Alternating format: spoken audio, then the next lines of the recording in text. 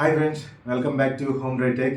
ఈరోజు నేను నా యొక్క ఎయిర్టెల్ ఎయిర్ ఫైబర్ యొక్క ఎక్స్పీరియన్స్ నేను మీతో షేర్ చేసుకోవాలని ఈ వీడియో చేస్తున్నాను. సో ఎయిర్టెల్ ఎయిర్ ఫైబర్ తీసుకోవాలనుకునే వాళ్ళు ఈ యొక్క వీడియో చూసి తర్వాత మీరు డెసిషన్ తీసుకుంటే బాగుంటుందని నా ఉద్దేశం. సో నేను ఎయిర్టెల్ ఎయిర్ ఫైబర్ కనెక్షన్ తీసుకున్న తర్వాత అది ఎలా పనిచేసింది, దానిలో నేను ఫేస్ చేసిన ఇష్యూస్ ఏంటివి, ఇంకా ముఖ్యంగా ఏంటంటే ఒకవేళ మీకు వద్దు అనుకుని క్యాన్సిల్ చేయాలనుకుంటే దానిలో రిఫండ్ స్టేటస్ గురించి ఎలా ఉంటుంది అనేది ఈ వీడియోలో నేను మీకు పూర్తిగా ఎక్స్ప్లెయిన్ చేస్తాను. సో ఈ వీడియో ఎక్కడ స్కిప్ చేయకుండా వీడియో మొత్తం చూడండి, అప్పుడే మీకు ఈ వీడియో క్లారిటీగా అర్థమవుతుంది. సో ఈ వీడియోలోకి వెళ్ళిపోదాం. ఈ ఎయిర్టెల్ ఎయిర్ ఫైబర్ అనేది ఎలా పనిచేస్తుంది అంటే ఫ్రెండ్స్, ఇది సింపుల్, ఇది వైర్లెస్ నెట్వర్క్ లాగానే పనిచేస్తుంది. లైక్ ఏంటంటే దీనికి ఒక రిసీవర్ను ఒక రూటర్ ఉంటుంది. రిసీవర్ మీ బిల్డింగ్ పైన కనెక్ట్ చేస్తారు, కింద మీ హౌస్లో రూటర్ ఫిక్స్ చేస్తారు, పైన రిసీవర్ నుంచి మీ రూటర్కి వైర్ కనెక్ట్ చేస్తారు, అంతే. దీనికి సపరేట్గా అడిషనల్ పవర్ పైన అవసరం లేదు, కింద రూటర్ కనెక్ట్ చేస్తే సరిపోతుంది.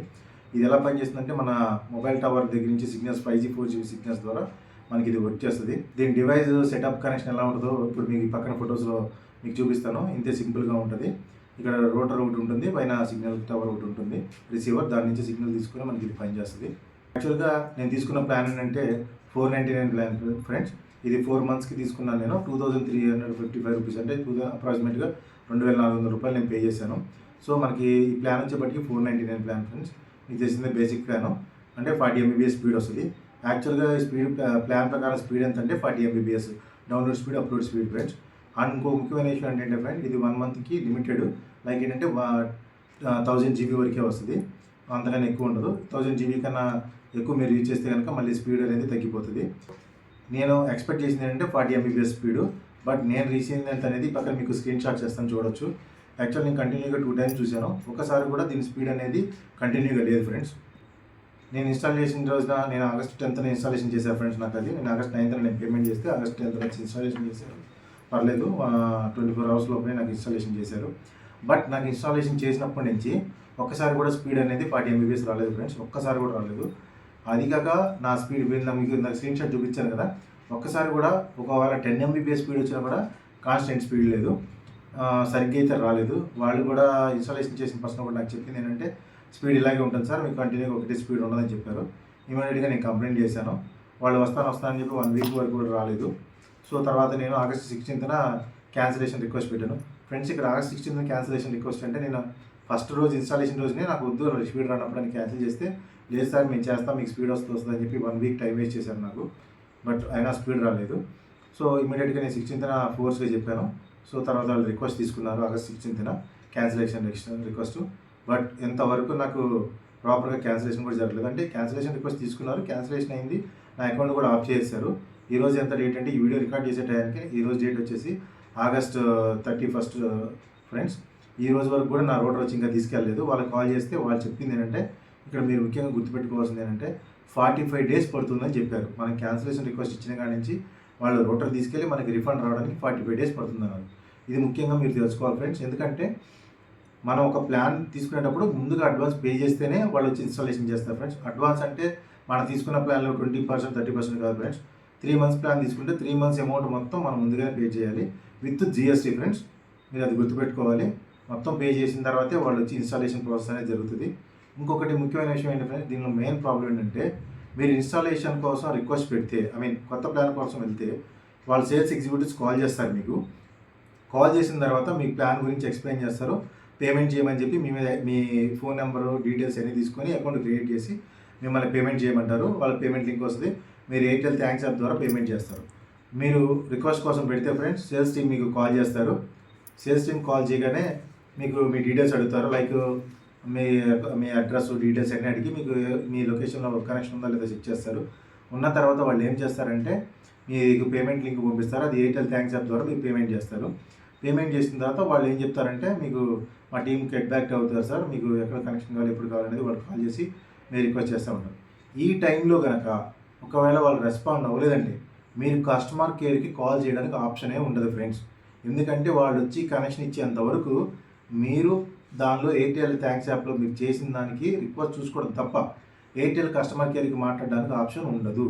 మీరు సేల్స్ ఎగ్జిక్యూటివ్ టీమ్తోనే మాట్లాడే, లేదా ఎయిర్టెల్ ఆఫీస్కి వెళ్ళి మాట్లాడడం తప్ప, వాళ్ళు రాకపోతే లేదా వాళ్ళు వచ్చేంతవరకు మీరు వెయిట్ చేయాల్సిందే.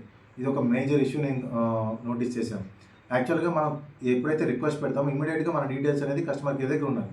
నేను వాళ్ళతో మాట్లాడినప్పుడు కస్టమర్ కేర్ వేరే వాళ్ళ ఫోన్ నెంబర్ నుంచి నేను మాట్లాడినప్పుడు వాళ్ళు ఏం చెప్పారంటే మనకి ఇన్స్టాలేషన్ అయ్యేంత వరకు వాళ్ళ దగ్గరికి మన డీటెయిల్స్ మన కస్టమర్ కేర్ కాల్ చేయాలన్నా కూడా మన కాల్ కలవదు ఫ్రెండ్స్. ఇది మాత్రం మీరు ముఖ్యంగా గమనించాలి. సేల్స్ టీమ్ మంచిగా ఉంటే పర్లేదు ఫ్రెండ్స్, అదే వర్స్ట్గా ఉంటే సేల్స్ టీమ్ రెస్పాండ్ అవ్వకపోతే మీరు చాలా ఇబ్బంది పడాల్సి వస్తుంది. యాక్చువల్గా నేను సేల్స్ టీమ్తో ఇబ్బంది పడ్డాను. నాకు అతను చెప్పింది ఏంటంటే ఇమీడియట్గా చేస్తా అన్నాడు. బట్ రాంగ్ కమిట్మెంట్ అయితే ఇవ్వకూడదు కదా, అది నా ఉద్దేశం. సో మీరు సేల్స్ టీంలో ఎవరిని కాంటాక్ట్ అవుతున్నారు, ఎలా కాంటాక్ట్ అవుతున్నారో తెలుసుకోండి. ఇంకా బెటర్గా నేను చెప్పేది ఏంటంటే మీరు ఒకవేళ కనెక్షన్ తీసుకోవాలనుకుంటే ఎయిర్టెల్ ఆఫీస్కి వెళ్ళండి, అక్కడ మీకు పర్సన్ కాంటాక్ట్ అవ్వండి, వాళ్ళ ద్వారా చేయండి. అది బెటర్ నా ఉద్దేశం.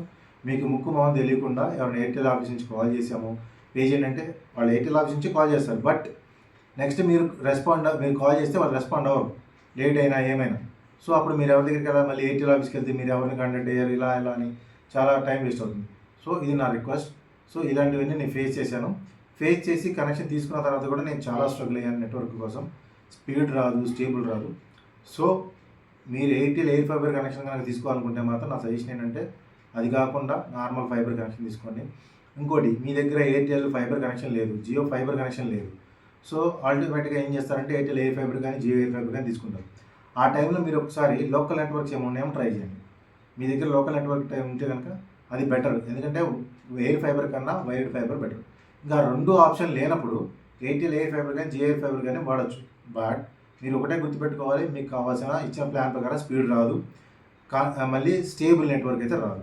Me for example 10 Mbps speed వచ్చినా అదే 10 Mbps స్పీడ్ కాన్స్టెంట్గా రాదు. 1 మినిట్లోనే మీకు ఒకసారి 10 వస్తుంది, ఒకసారి 20 వస్తుంది, ఒకసారి 1 Mbps వస్తుంది. సో దానివల్ల చాలా ప్రాబ్లం ఫేస్ చేయాల్సి వస్తుంది. సో నేను చెప్పే సజెషన్ ఏంటంటే ఎయిర్ ఫైబర్ అనేది మీరు స్కిప్ చేయడం బెటర్ ఫ్రెండ్స్. ఇది నా ఎక్స్పీరియన్స్. నేను హైదరాబాద్లో ఉంటాను. హైదరాబాద్ లాంటి ఏరియాలోనే నాకు ఇలాంటి ప్రాబ్లం జరిగింది. ఎందుకంటే ఇది ఒక రకంగా చెప్పాలంటే మీకు మొబైల్ నెట్వర్క్ ఎలా పనిచేస్తుంది, లైక్ సిగ్నల్స్ మనకి ఎలా అప్ అండ్ డౌన్ అవుతాయి, ఒకసారి స్పీడ్ వస్తుంది, ఒకసారి రాదు, అదే విధంగా పనిచేస్తుంది ఫ్రెండ్స్. ఇది సెపరేట్ అయితే ఏం కాదు, జస్ట్ మీకు ఏంటంటే ఇక్కడ ఒక మోడమ్ లాంటిది సెపరేట్గా పెట్టి మీకు సిగ్నల్స్ని రిసీవ్ చేసుకొని మీ రూటర్కి ఇవ్వడం తప్ప వేరే ఆప్షన్ లేదు. ఇది త్రూ టవర్ నుంచి వచ్చే 5G సిగ్నల్స్, 4G. ఇంకో విషయం చెప్పాలంటే మీ ఏరియాలో 5G లేకపోయినా కొంతమంది ఎయిర్టెల్ కనెక్షన్ వాళ్ళు ఏంటంటే వస్తుంది సార్ అని చెప్పేసి మీకు ఇచ్చేస్తారు, బట్ మీకు స్పీడ్ రాదు. సో నా సజెషన్ అంటే అసలు 5G రాకపోతే అసలు మీరు దాని జోలికే వెళ్ళొద్దు. మీ ఏరియాలో 5G వచ్చి మొబైల్ స్పీడ్లో మీరు మొబైల్లోనే స్పీడ్ చెక్ చేసుకోండి. మొబైల్ నెట్వర్క్ మీద స్పీడ్ ఒకవేళ ఒక్కొక్కసారి 150 Mbps 100 Mbps వస్తుంది. అలా వచ్చిందంటే మీరు ఒకసారి ట్రై చేయొచ్చు. ఇంకోటి ఏంటంటే మీకు ఎయిర్టెల్ ఎయిర్ ఫైబర్ 3 నెలల ప్యాకేజ్ తీసుకోవాలని అంటారు. మీరు 3 నెలల ప్యాకేజ్ తీసుకొని మీ దగ్గర 2500 పెట్టుకొని 45 డేస్ తర్వాత అంటే మీరు 2 రోజులు ఎలా వెయిట్ చేయగలుగుతారు? ఇంకో కొత్త కనెక్షన్ తీసుకోవాలంటే ఆ అమౌంట్ రాదు, మళ్ళీ మీరు కొత్త అమౌంట్ పెట్టాలి. సో నా రిక్వెస్ట్ అయితే అది. సో ఈ వీడియోలో నేను మీకు మొత్తం క్లియర్గా ఇన్ఫర్మేషన్ ఇచ్చానని అనుకుంటున్నాను. ఇలా మీ ఫ్రెండ్స్ ఎవరైనా ఇలా తీసుకోవాలనుకుంటే కనుక ఈ వీడియోని తప్పకుండా వాళ్ళకి షేర్ చేయండి. వీడియోలో కనుక మీకు మంచిగా కంటెంట్ ఇచ్చానుకుంటే నా ఛానల్ లైక్ చేసి సబ్స్క్రైబ్ చేసుకోండి ఫ్రెండ్స్. Thank you.